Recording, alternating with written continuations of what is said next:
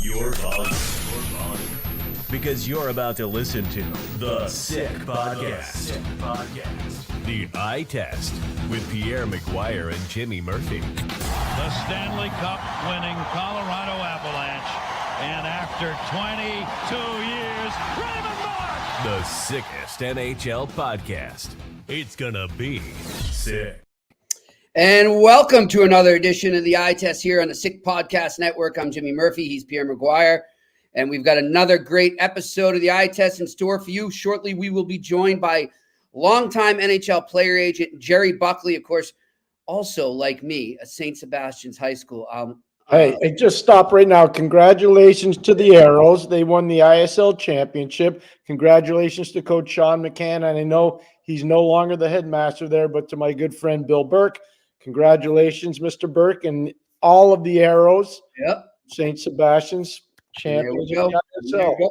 And Buck also went to Boston College, played there as well, and played with a lot of former NHLers, names you might know. We'll talk to him about that as well. And we're also going to talk to him about what it's like being an agent near the NHL trade deadline, Pierre, and also with the emergence of all the NCAA free agents in that season that has now played a role, I think we would agree, in the trade deadline as well, because teams start to look at those players more too. So looking forward to having Buck on shortly, and we'll talk to him in a bit. And Pierre, I got your text as we were waiting to come on, and you said your wife Melanie was having a Factor meal, and I said, oh, wait a minute.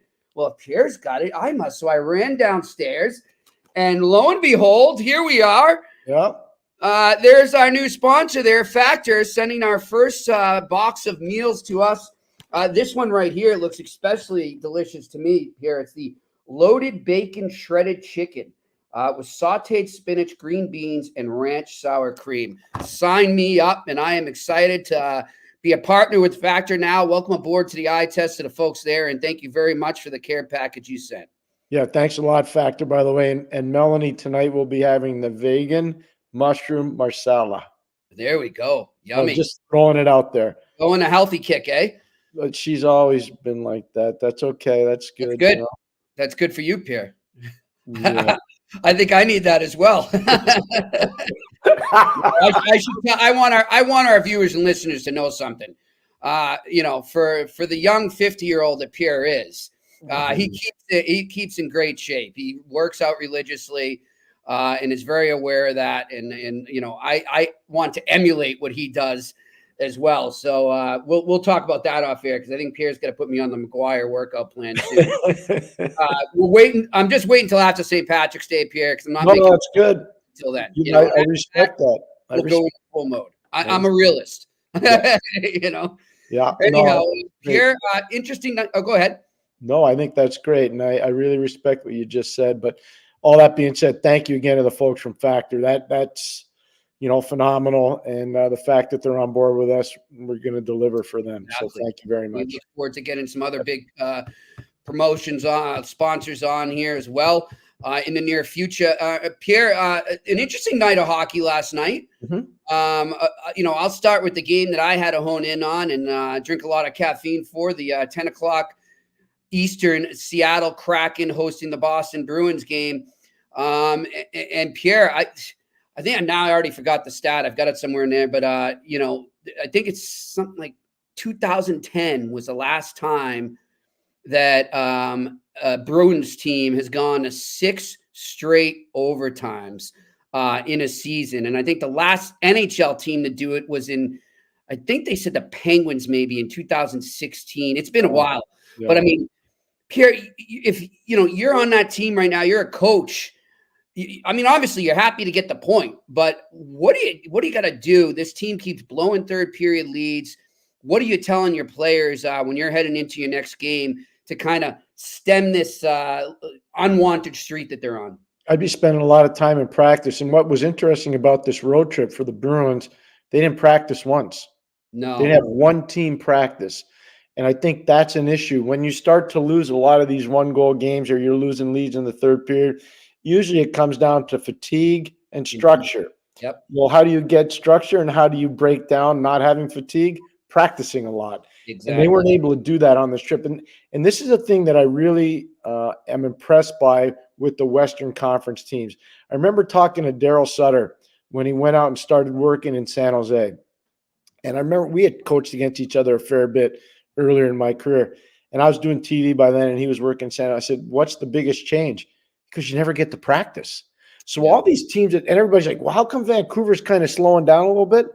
I think all these Western teams do that. Look at LA at the beginning of the year. They were in Fuego, and now they're kind of back to the pack. They don't get a lot of time to practice, and I think that really hurts them compared to the Eastern teams. And then when the Eastern teams, Jimmy, have to go out there, I think it becomes really hard for them to maintain their conditioning and also maintain their structure.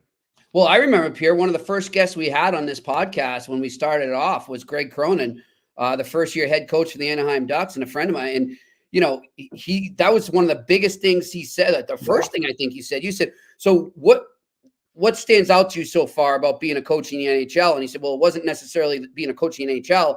It was being a coach in the Western Conference. I remember that vividly. That was the first thing he said to you. Yep. And he said, it's unreal. I can't squeeze in practices. And then you factor in these CBA days. And look, the players earned it. I know they gave up a lot. I'm not knocking the Players Association for wanting that in there.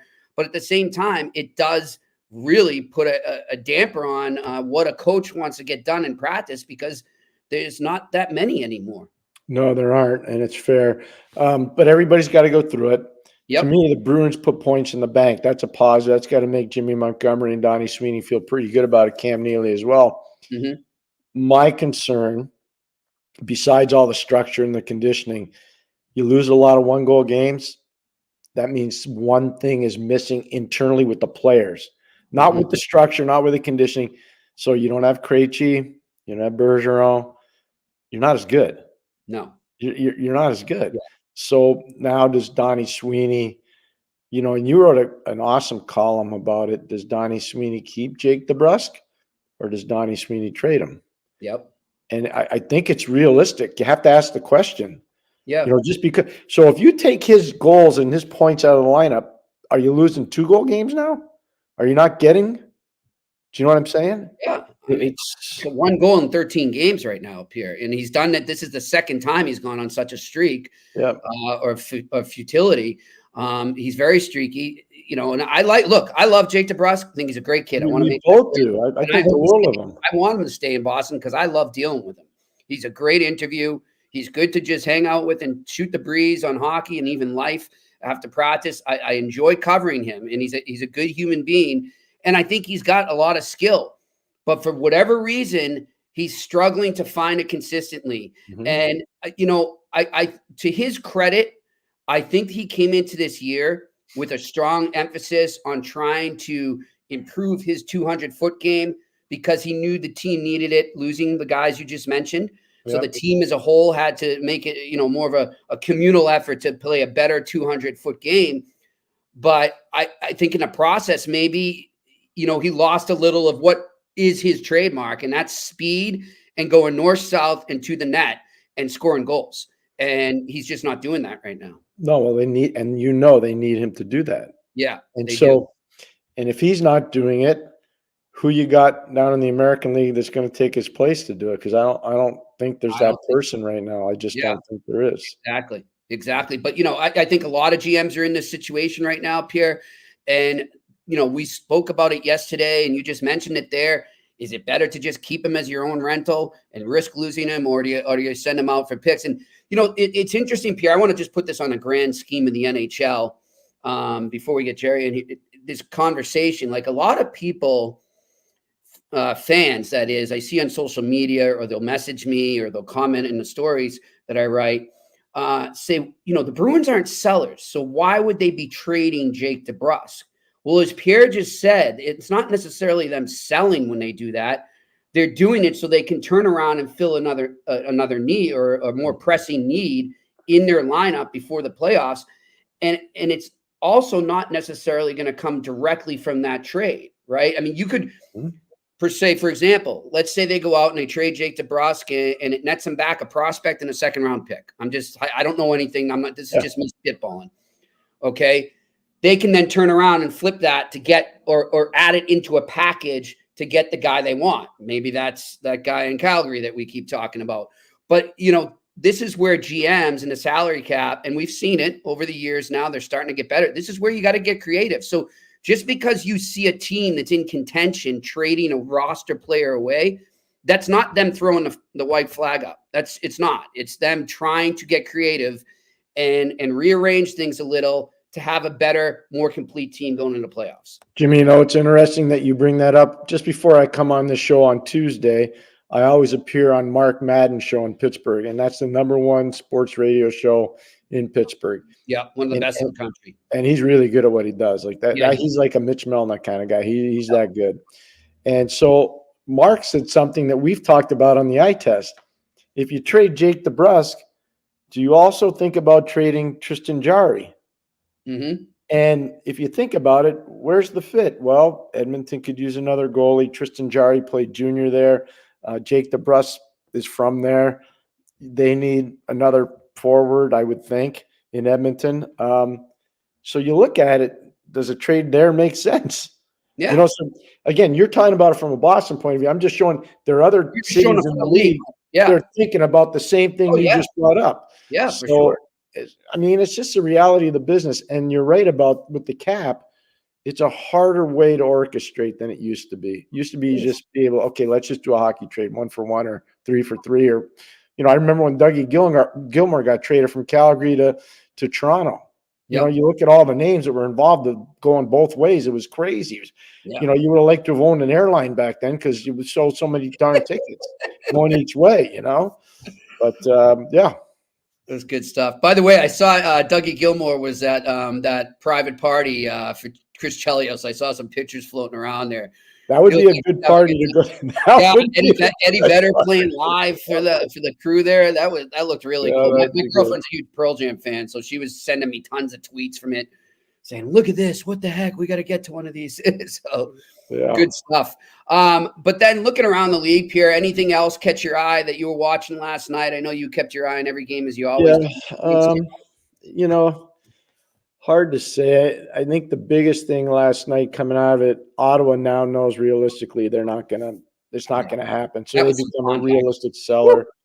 They got beat up pretty good last night. They're not getting any goaltending. When they get goaltending, they have a legitimate chance to win. When they don't get goaltending, it's hard for them to overcome the bad goaltending. So, but what I was impressed with Washington last night, and they got a quick turnaround. Obviously, they got to play in Detroit tonight, and Ottawa's got to go play in Nashville. But to me, I was impressed by the size of Washington last night. Whereas usually I don't see that size coming to the fore. It came to the fore last night. I thought that was really important for them. And then the hockey good fortune for the Islanders last night in their win over Dallas in overtime. Look, I'm not knocking them. Good for them. You got to get some hockey luck. But that was a whole lot of bad hockey luck for Dallas and a whole lot of good hockey luck for the Islanders last night. I'll tell you that. Go ahead. I was just going to say the one other thing was I liked what Patrick Roy did manipulating his lineup. He played his three top centers as a line, and I thought Horvat was better, Barzal was better, and Brock Nelson was really good. So they played all three of those guys together, and it did provide an offensive impetus. There's no question that it did. Well, we talk about GMs getting creative. He's creative as well, Pierre. He has definitely always been sort of trying to get ahead of the curve when it comes to coaching techniques or plans or structure, what have you. But Pierre, one other thing about that Islanders Stars game too, and I'll credit my buddy Ian Cameron on the Ice Guys there. I was listening to him yesterday after we got off the air. Was just one of those, we've talked about this before, Pierre, where sometimes you look at a schedule and you're looking ahead at the different games, and sometimes you say, this very well could be one of those quote unquote scheduled losses or scheduled, let's say maybe you get a point at the most. And you look at where's Dallas tonight, Pierre? Colorado. Exactly. They also had just got off the road off a 3-game or 4-game road trip, I believe. You always get the old flat first period sometimes in a way when you come back from a road trip. And now you got to turn around and fly out to play your division rival in a huge game in Colorado tonight. That was not a good spot for the Dallas Stars. It just wasn't. And I'm not trying to let them off the hook. No. Every NHL team has to deal with these games, but let's call a spade a spade. That was just one of those days. I think it was just like, look, it is what it is. And you know what's hard about tonight? You talk about the quick turnaround. You go right to altitude. You're Exactly. Flat to altitude. That's a gasser. That's hard. That's really hard. Again, back to what we were saying, Pierre, about the Western Conference teams and all the time travel they have to do. It's absolutely insane. All right. Well, it looks like we got Jerry Buckley here. Let's bring him on to the eye test right now. Hey, Buck. What's up, fellas? How we doing? Good. How are you doing? How are you? Welcome to the eye test, my friend. I know. I'm excited. I'm excited to get the call. Yeah. I'm looking forward to chatting up with the fellas. Yeah. So how's everything been going? Just living the dream, buddy. Every day. Yeah. We were just Pierre just congratulated our alma mater, St. Sebastian's, on taking the ISL Keller division. So we have to be happy about that as well, my friend.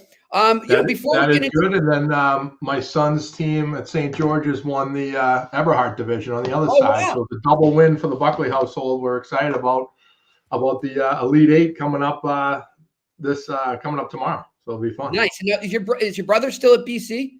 Yep, he's the assistant coach at Boston College. He was the smartest, Buckley. He went to Belmont Hill. I couldn't get in. That was the issue there. Yeah. There we go. Hey, Buck, before we get into some current events and talking about the NHL trade deadline and what have you, just maybe give our listeners and viewers a little background on how you became an NHL agent. Well, I think the first thing was going to high school with you. That was a big, a big influence in my life. And then around the same time, I was needing to work on my skills while I was playing there. And I ended up signing up for a skills camp on Sundays at Babson College with Pierre.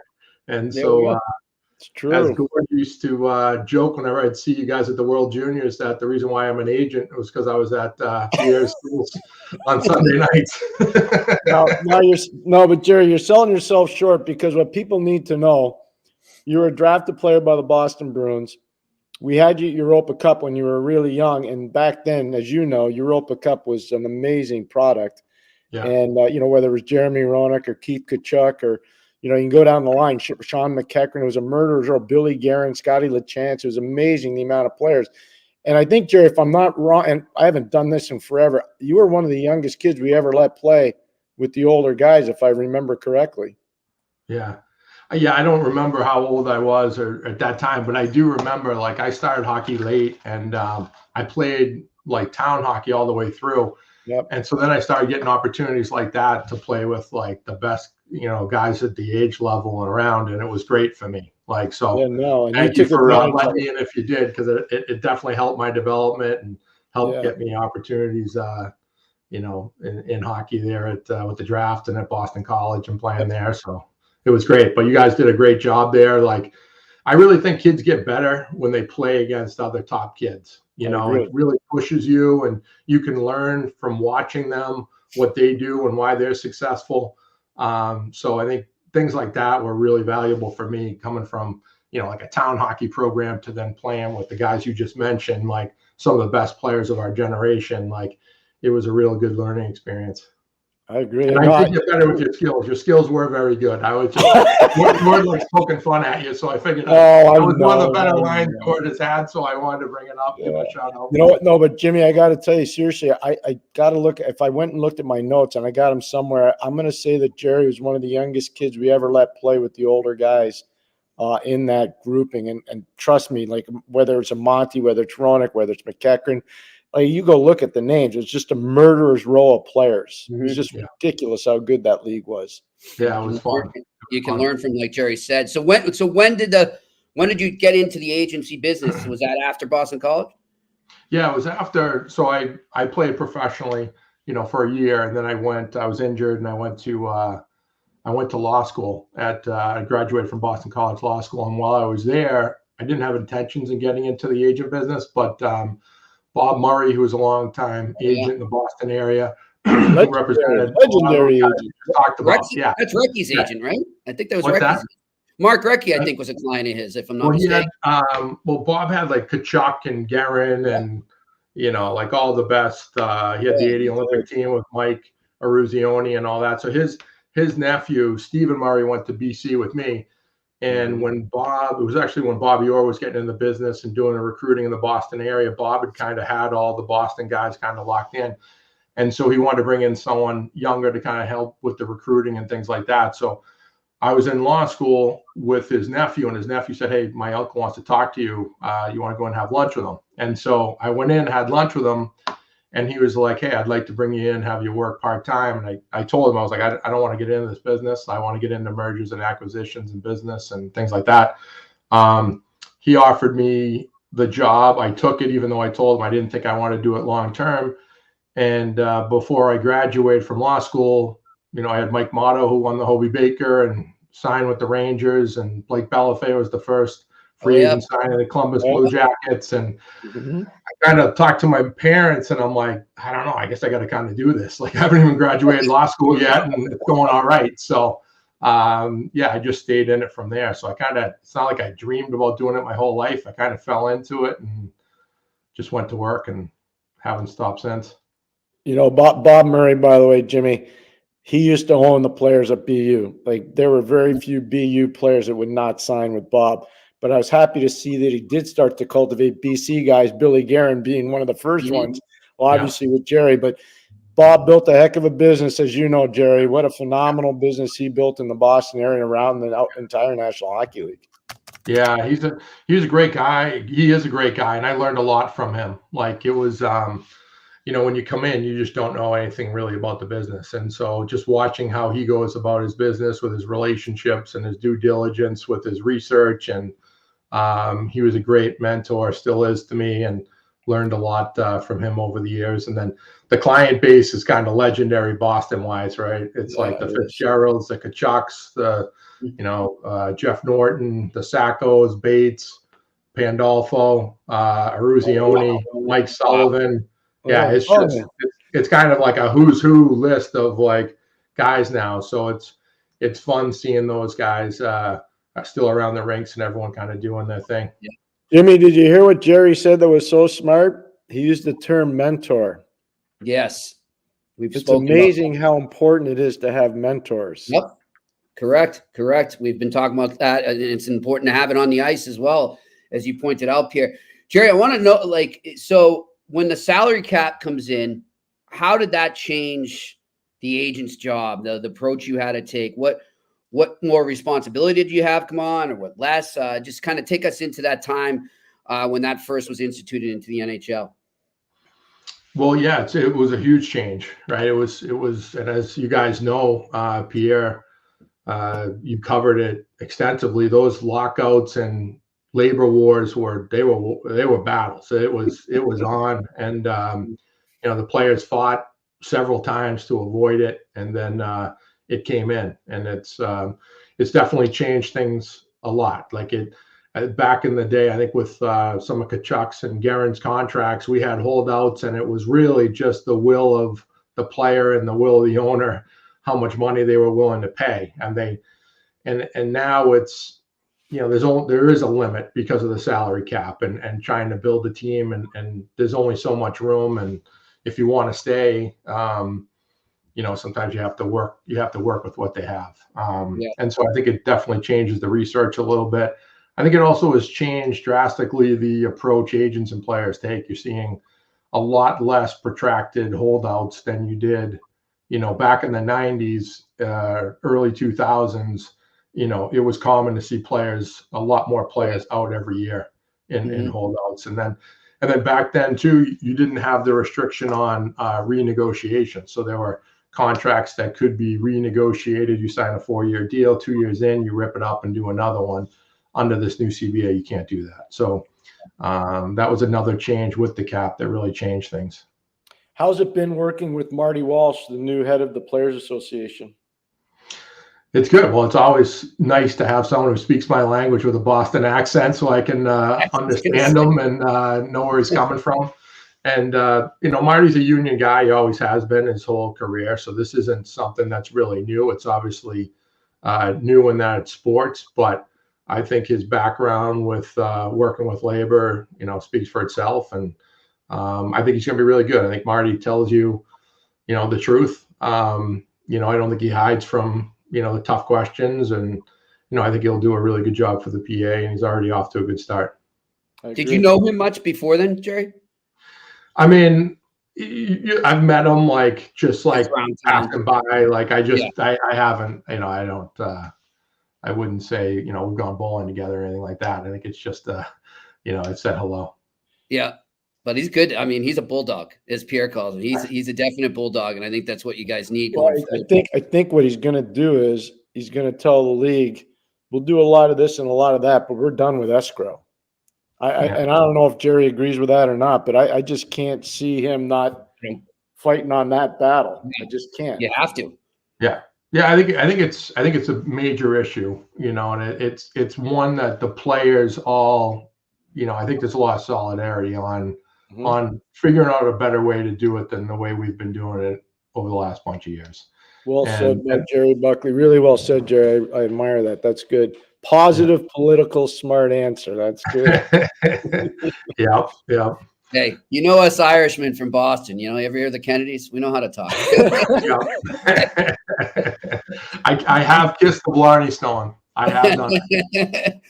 All right. Hey, so the big thing right now, Jerry, obviously a lot of fans are going crazy. The trade deadline's coming. So take us inside what it's like to be an NHL player agent in the weeks leading into a trade deadline and right at the deadline. Well, I think one of the things that people underestimate from, the fans and even from management, the trade deadline affects every player and every family.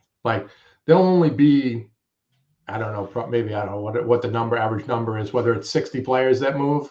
Yeah. Around there. Right around 60. If 60 move, that's affecting everyone's lineups, including NHL, AHL, oh, geez, they picked up another right shot D. I'm going to get sent down.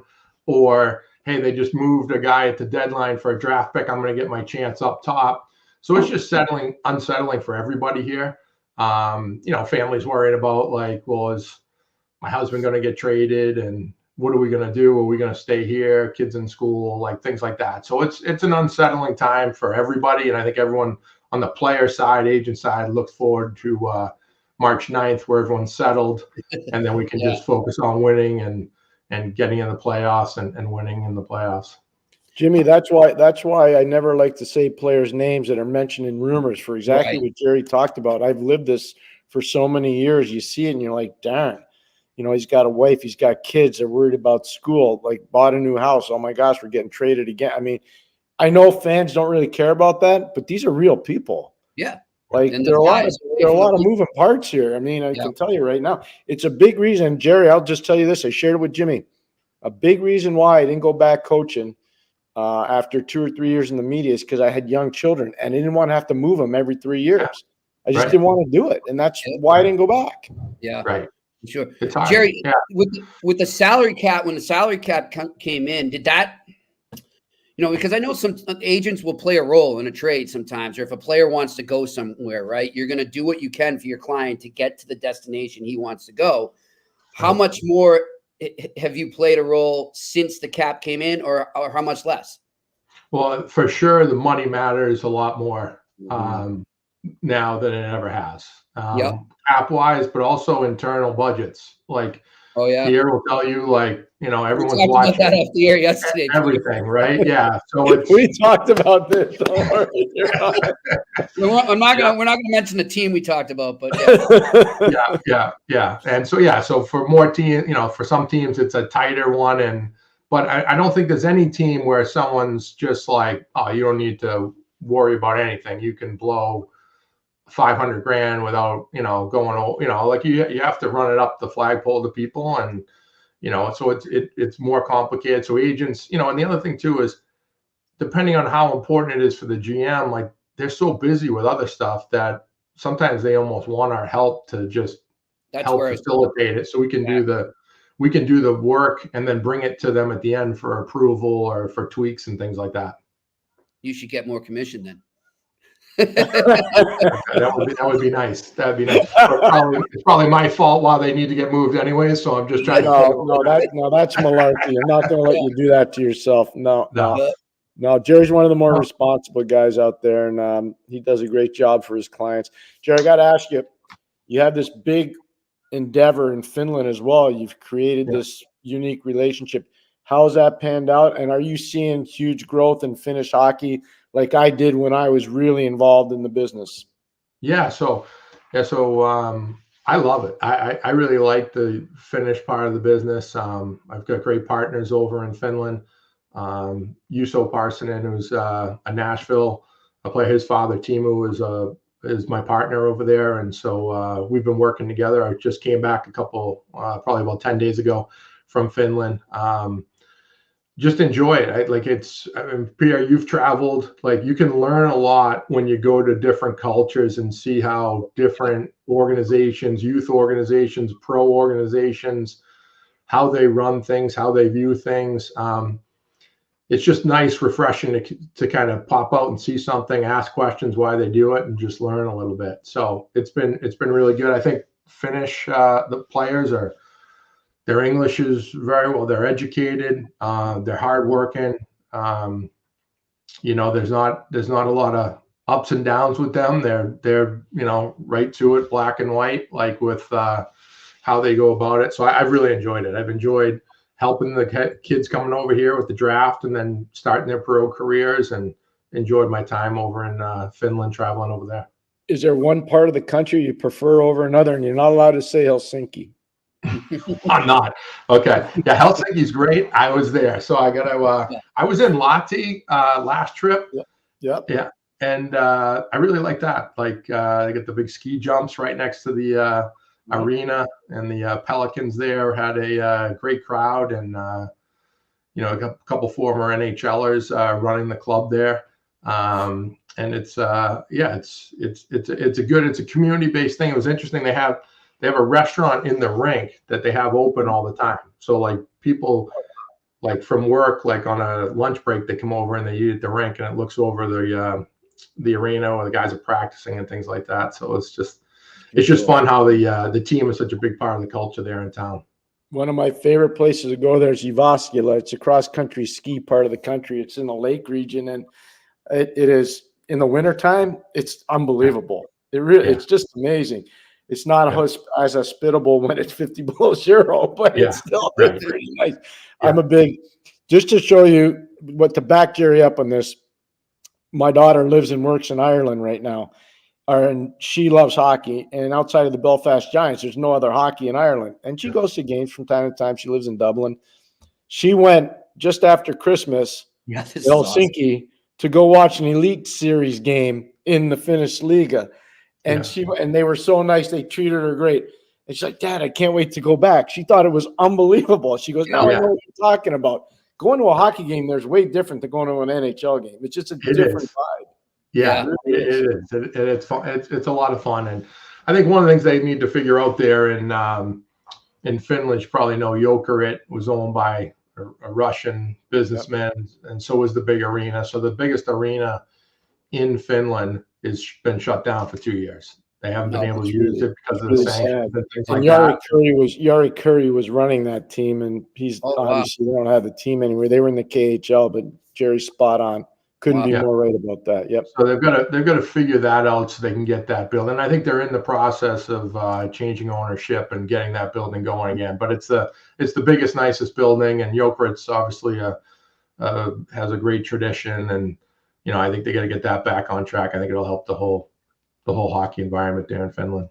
You guys talk about the environment at the games and how it's different. Like, from what I gather from just watching, seeing clips, is it more of like a soccer feel, like an English Premier League type feel, where it's the crowd singing or they've got certain chants? That's what it seems like from afar. Yeah. Yes. Yeah. Okay. Yeah. No, it's definitely like that. And then mix in a little "Who's on First," where everyone's got beers all over the place. It's that's kind of what it's like. I mean, it's people are there to have fun. Yeah, that's good stuff. It's Jerry's spot on. You just don't know. And there's a standing room section, by the way, and they do drink a lot of beer in the standing room section, and that can be very dangerous. Yeah, I've got to have a few beers like each night before I go to Finland, just to be able to keep up with my partners and the guys over there. Some people get on the stationary bike. I'm like sitting on a bar stool for like a week trying to get ready. What are you doing? I'm training. Yeah. Oh, that's good. Jerry, one thing I had mentioned to you off the air I wanted to pick your brain on too is how is just the emergence in the last 10 years, I'll say, it's really become prevalent where teams are really targeting NCAA free agents. How has that made life busier, I guess, for you at this time of year? We already mentioned how busy you can be with the deadline, and then you got that coming up as well. What's that been like, kind of balancing the both of them? Well, this year's been crazy, to be honest with you. I've it seems like. Yeah, the top two free agents I think in college hockey are the two forwards out of Quinnipiac. Colin Graff is one of them. Yeah, Colin Graff and Jay Quillen, I think, are the two top guys. And I know from being at the games, they're NHL general managers, assistant general managers, head scouts, free agent scouts, coming and talking with them. And I think, as you guys see, the league is so competitive, right? And injuries, everyone's going to have injuries. Everyone has cap issues.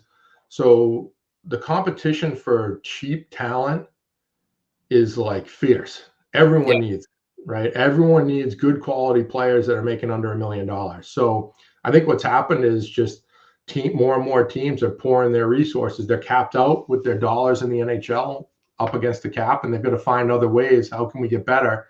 And I think targeting the free agents is in the NCAA, but also in Europe and the CHL is one way to do it. I think the other way teams are doing is, or the good teams are doing, are building out their staffs. Like that's where I was just going to ask. You know, that's not under the cap, so they can spend as much money as they want to build out the staffs and have people who are dedicated towards making sure they don't miss college free agents.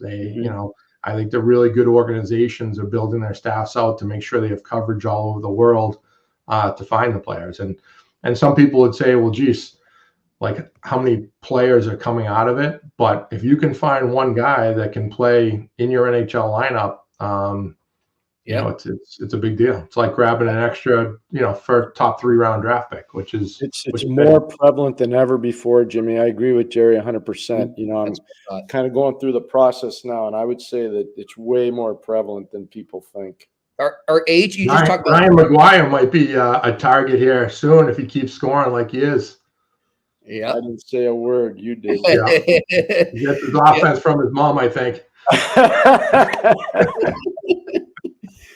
And I want to know too, you mentioned teams building out their staffs for that purpose. How about agencies? Do you guys do that? Do you have guys now where maybe 10 years ago you didn't have guys dedicated to that? Do you have more people? I do, yeah. So I don't know if you remember Tony Vos, who played at Boston College, was an All-American. Yeah. Yep. And Tony's in Philly, and he does like player development for me with skills work with guys. He does a lot of video work with our younger players, and then he does also a lot of the recruiting with me, and just helping the kids all the way up. So obviously we've got our crew over in Finland, and then Tony and I handle everything here in North America. But Tony's great. He you guys saw him play. He's a junkyard dog. He scores goals. He's one of those guys that like looks in the circus mirror, and he's like 5'8", but he thinks he's 6'3", and yeah, exactly. And so he's fearless, and he's got a passion for the game, and he loves helping kids. Like he gets so excited when the kids we work with have success, even if it's just like, having their first USHL game or first BCHL game or committing to college or scoring their first goal. Like, he loves it. So he's been great for me. He's been a great asset for our company and helping with the younger guys. Awesome. Good stuff. One last question I want to get for you, and I think we've talked about this on previous things that I've had, shows I've had you on before, Jerry, but when people think agents, you go back and you think of the movie Jerry Maguire, right? And I always wonder, like, how many agents have that one client who they really, really invested in, and there were bumps, there was a rocky road, but when it finally got to that point where that client made it, it's like, wow, like just that satisfaction that you get from being an agent and helping somebody achieve their dream. I'm wondering, you don't have to name if you don't want, but I'm wondering, did you have a client like that early on that kind of, you were talking about when you started this, you weren't so sure you wanted to be in it. Was there a client, a player that made you say, nah, this is what I want to do? That felt awesome. Well, I think once I got into it and guys, whether it was Mike Motto winning the Hobie and getting to the NHL, like you start realizing like it's a lot of fun. Like I like thank my guys for letting me be part of their process. Like it's a fun ride. Like a guy like Keith Yandel, like I mean, working with Keith since he was probably 15 or 16 so all serious. the way. Yeah. What's that? He's so boring and serious, that guy. Oh God, yeah. I mean, he's a roller coaster ride on his own, right? I mean, that's so. He was great. Obviously, Michael Grabner was another guy that I had from the beginning on. Michael Raffle, and then kind of some of the later guys like Tage Thompson. Now, like same thing. Tage went through a lot of ups and downs throughout his career. Joey Decord now is with Seattle, is playing great. Well, what a pickup, by the way. Yeah. They've done a great job with Joey out there, and Joey's been one of those guys that nothing's been given to him. He's worked hard for everything along the way, and when he got his chance, he was prepared because he did all the steps in his progressions with playing in the American League, then winning in the American League, then getting some spot starts in the NHL, to then now being ready to be full time in the NHL. So, yeah, it's like we're a smaller shop, and what it allows me to do is really have relationships with the guys from when they're 15 until they're 35, 36 years old. And yeah, it's been really fun. It's a fun business. It keeps you young. You text them with like all these guys and you go through it all the time, and it's fun. Like I love it. Like when the kids get drafted or they play in the NHL for the first time, like it's a lot of fun. As you guys know, you're around like young guys. It's like, it's exciting. So Jerry, I just have one last question for you, because I've made my whole life in pro hockey. Can you tell people how hard it is to make it in pro hockey, please? Yeah. Can you just you're an independent contractor. Can you tell people how darn hard it is? It's hard. It's really hard. And my kids are like now playing junior hockey and going to college hockey, and I'm now helping them with it. And it's like junior hockey is hard. Like all levels, like starting at junior hockey, going to college hockey, AHL, every single one of my guys at some point had a coach or someone tell them they didn't think they were going to make it. They didn't think they were good enough, right? And you have to just be dedicated to push through that. If the guys that make it are the one, everyone faces adversity in their careers, whether it's injuries, whether it's a coach that doesn't believe in them, a bad situation, whatever it is. And it takes a lot to push through all that to get to the NHL. I like Joey Decord, who we just talked about. I couldn't find him a college deal when he was at Cushing. Yeah, he ends up at Arizona State.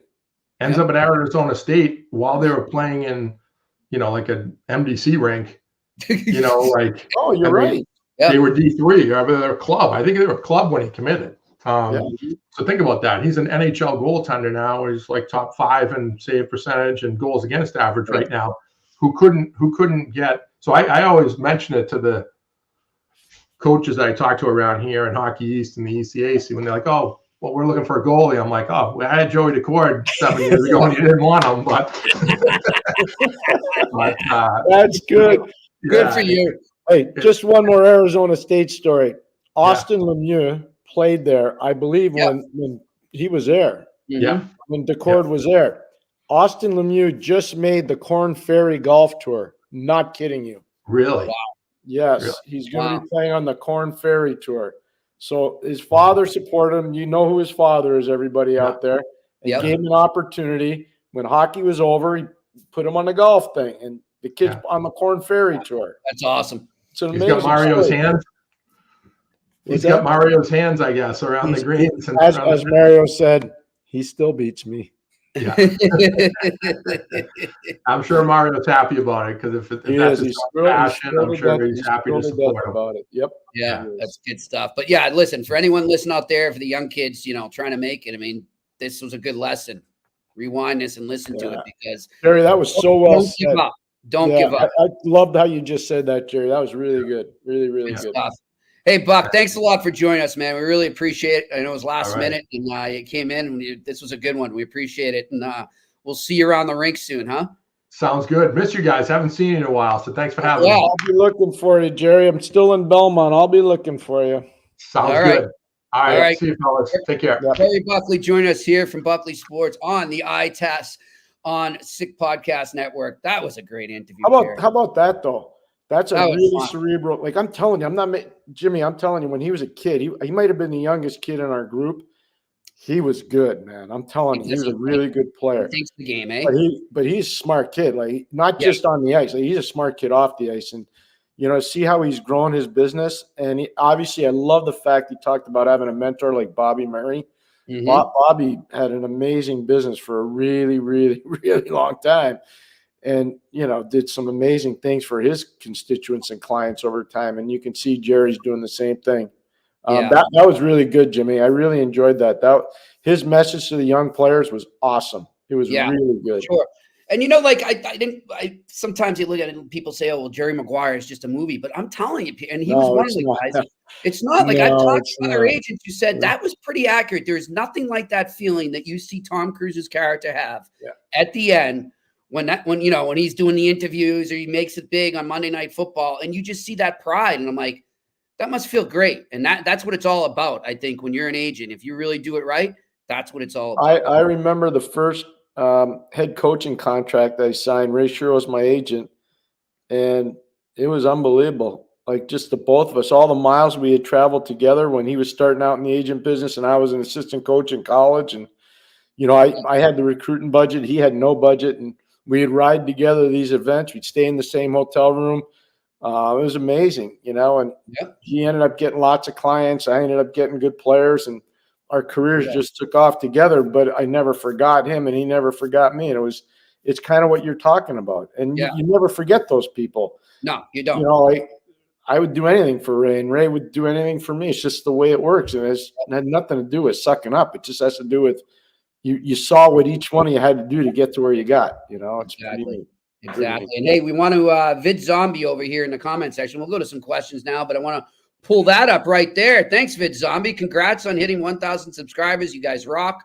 We are so spoiled getting a daily dose of McGuire and Murphy hockey talk. Thank you, Vid Zombie. That means a lot. Yeah, Vid, that's awesome, man. Hit that subscribe button, everybody. We appreciate it. And hit that like button. It means a lot to us. And we appreciate you coming on and watching and with your comments here in the comments section. And speaking of, let's go to those questions right now. What do we got? Morantz, dear gentlemen, from what you know, is there any chance that the city gets an NHL team again? I think that's Quebec City. Is that Quebec City? Okay. Probably. Not what I would say probably not right now. I'm going to say we discussed no. This yesterday, right? Was it yesterday? Yeah, I'm going to say there's a lot of different things: population-based, taxation issues, language issues. And probably the biggest one is a Canadian dollar. Yeah. All bills in the NHL are paid in U.S. dollars, talking about salaries, contracts, everything. It's impossible to make it work. It's tough. It stinks. We all want it. Jimmy, yeah. I'm the biggest pro Quebec City guy, and I just don't see how it can happen. Not right now. We're just being realistic. Trust us, we'd all love it there. I want a reason to go to Quebec 3 times a year. Trust me. Yeah. All right, next question. Evan McLaren, Pierre and Jimmy, what is your favorite league to watch besides the NHL? That's a great question. I think I know. I'll let Pierre go first. I'm pretty sure I know what he's going to say. Bob, I really like watching all college hockey, so it's not just one league. But if you were to ask me worldwide, my favorite league to go watch a game would be the Finnish Elite League. Yep, I knew you were going to say that. There you go. Yeah. There you go. So I don't get to watch a lot of the Finnish, so I'll say college hockey. But you know what? I know it's much closer to the NHL. I like watching the AHL because, as Pierre said, you know what? It's the best developmental league around. Doesn't get enough credit. If you've heard us talk about it, it pays for these players to go do their time there. It makes them better players. It helps them become men. It helps them become pros. So I think the AHL belongs in there as well. That's really good. I should have said that too, but I'm glad you picked up on it. My bad to everybody in the American Hockey League. No, but I really respect that league. I watch almost all their games. You do. So, I mean, I apologize. I probably should have said that. Thank you, Jimmy. Great pickup. But I do enjoy the Fantasy Elite Series. I'm not even going to pretend. I'm going to have to check some out for sure. I want to take you there. You and Melnick. I'll bring you there. That would be great. That would be great. The only thing missing is the Hesperia Hotel in Helsinki. It's not there anymore, but that's okay. Oh, no. We'll figure it out. All right. What else we got? What's the next question? David Robinson, not the basketball player. Question for later. Is John Davison trying to raise Boone Jenner's value by deeming him off limits on the trade market this year? He'd look good on a playoff team this season. Yeah, he also would look good in a Columbus Blue Jacket sweater too. They need leadership. He's a tremendous leader. Could he be valuable, traded away? 100%, 100%. Like if he was going to let's just say for the sake of argument that he goes to Boston. Let's just say for the sake of argument. We don't know that, but I don't think he's going anywhere. But if he did, would he change their team, Jimmy? Oh, in a heartbeat. 100% he would. Let's just say for the sake of argument he went to Tampa. Yeah. Would he change their team? Yeah, he would. Let's say for the sake of argument he went to Toronto. Oh, huge. Exactly. Trade. So, I mean, would anybody want Boone Jenner? Yeah, a lot of people would, but why wouldn't Columbus want him? Yeah. And I will say this, Pierre, too, and you know this too, from everything I'm told, he's very tight with ownership there. They love him. He's that part I don't know. That part I don't know.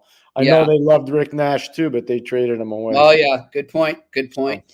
And he's back there now, right? Yeah, he is. All right. Next question. Mike, how great has the PWHL been so far? Marie-Philippe Poulin is really unbelievable. Hopefully the league expands. Yep, we love it. Not yet. I think they give it a couple of years at 6. But they will eventually, I bet, if things keep going this way. The league's been great. The best thing they did was allow physical contact. It's led to more scoring opportunities, believe it or not, and more ferocious play in a good way, not a dirty way. Marie-Philippe Poulin's real coming out party was the 2010 Olympics in Vancouver. I was there. It was unbelievable to watch her shoot the puck. She shot it as well as any player I'd seen in any league. Like her release point was crazy good, and it's even better now. She's an amazing ambassador for the game. I'll never forget being in Korea after the gold medal game. Obviously, Canada lost, the United States won. The Lamoureux twins, at the end of the game were phenomenal for the U.S., and that's why they won. But I remember seeing her, Marie-Philippe, afterwards, just walking around the building. She couldn't have been kinder. She couldn't have been more hospitable.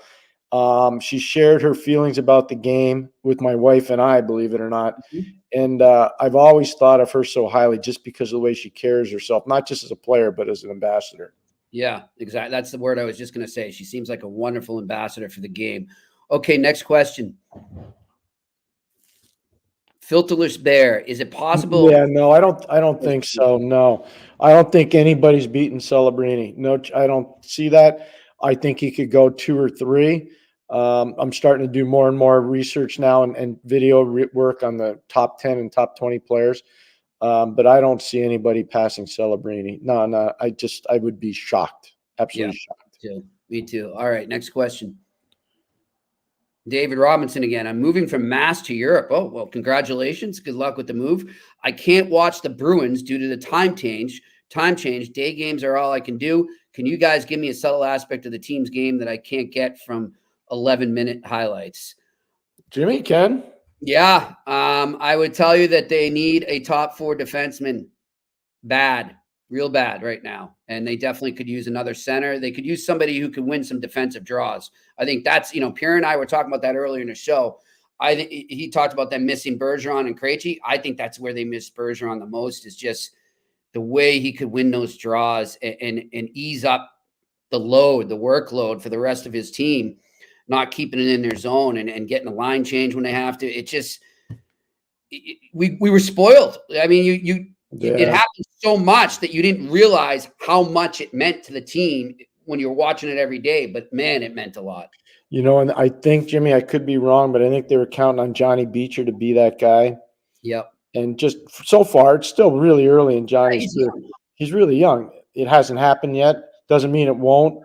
So then you got to play Charlie Coyle way up in the lineup. And if you go 1, 2, 3, Bergeron, Krejci, Coyle, you were perfect. You're perfect. You're good, and that speaks to the record last year. You don't have that anymore. Now Charlie's moved up, and it's a lot harder. And Pavel Zakas had a tremendous 2 years in Boston. I think you would agree. Yes. But to say that he's that guy, I don't think so. Yeah. And there's a reason, Pierre, too. I think when they've been playing him more on the wing lately, too. That's what I mean. I don't like to play center and do that job. That's a thankless job. It's a dirty job. It really is. I know a lot of guys that have to do it, and it's one of the best guys I ever saw do it.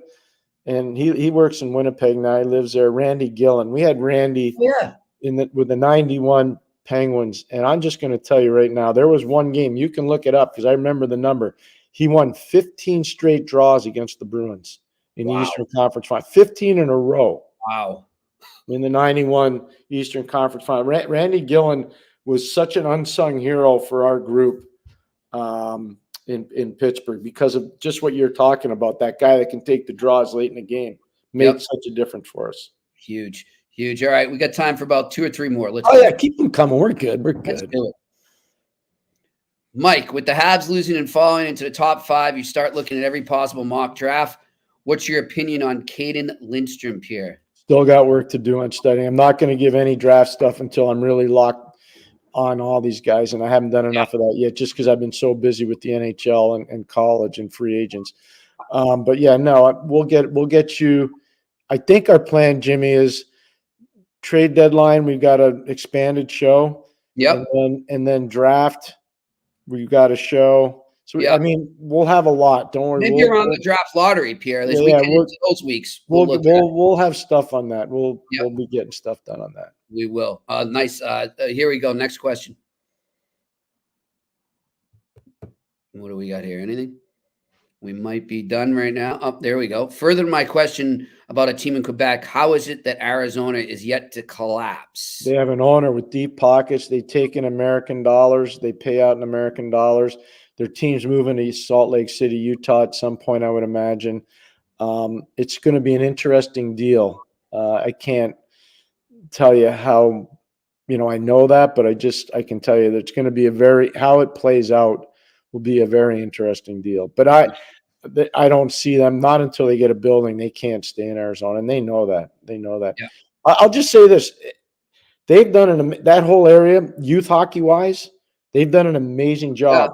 Below Austin Matthews. They really have. They've done Matthew Nyes, Austin Matthews, Josh Doan. Josh Doan's going to be playing in Arizona soon. He's playing for their farm team now. They've done an awesome job. The problem is they've never had a building in Scottsdale. And so most of their fan base comes from Scottsdale. The building that they had, it was in Glendale. And I said, when I go do games, I even said to Talkett, like, how long does it take you to get to games here? Yeah. I used to stay in a hotel downtown, and it would take you 45 minutes just to get to the rink. Scottsdale is another 20 minutes outside of downtown. Yeah. It's like going to Ottawa.